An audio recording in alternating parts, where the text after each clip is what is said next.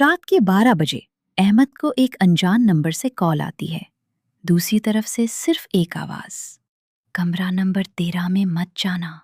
احمد چونک جاتا ہے کیونکہ وہ اسی ہوٹل میں رکا ہوا ہوتا ہے۔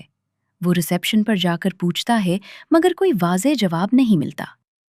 ریسیپشنسٹ گھبرا کر کہتا ہے، سر ایسا کوئی کمرہ نہیں ہے۔ احمد کو شک ہوتا ہے۔ وہ خود اوپر جانے کا فیصلہ کرتا ہے۔ تیسری منزل پر ایک اندھیری راہداری، آخر میں ایک دروازہ جس پر دھندلا سا لکھا ہوتا ہے 13۔ دروازہ آہستہ آہستہ خود ہی کھل جاتا ہے۔ اندر مکمل اندھیرا، صرف ایک پرانی کرسی۔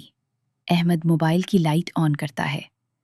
دیواروں پر خون سے لکھا ہوتا ہے، واپس چلے جاؤ۔ اچانک دروازہ زور سے بند ہو جاتا ہے۔ احمد گھبرا جاتا ہے۔ دروازہ نہیں کھلتا۔ ایک آواز آتی ہے، تم نے کیوں سنا نہیں؟ کرسی پر ایک سایہ بیٹھا نظر آتا ہے۔ وہ آہستہ آہستہ احمد کی طرف دیکھتا ہے۔ اس کا چہرہ بالکل احمد جیسا ہوتا ہے۔ احمد پسینے میں بھیگ جاتا ہے۔ سایہ کہتا ہے، میں تمہارا انجام ہوں۔ کمرے کی لائٹس جھپکنے لگتی ہیں۔ دیواروں سے عجیب آوازیں آنے لگتی ہیں۔ احمد بھاگنے کی کوشش کرتا ہے لیکن ہر دروازہ اسی کمرے میں واپس لے آتا ہے۔ اچانک سب کچھ خاموش ہو جاتا ہے۔ سایہ غائب ہو جاتا ہے۔ دروازہ خود ہی کھل جاتا ہے۔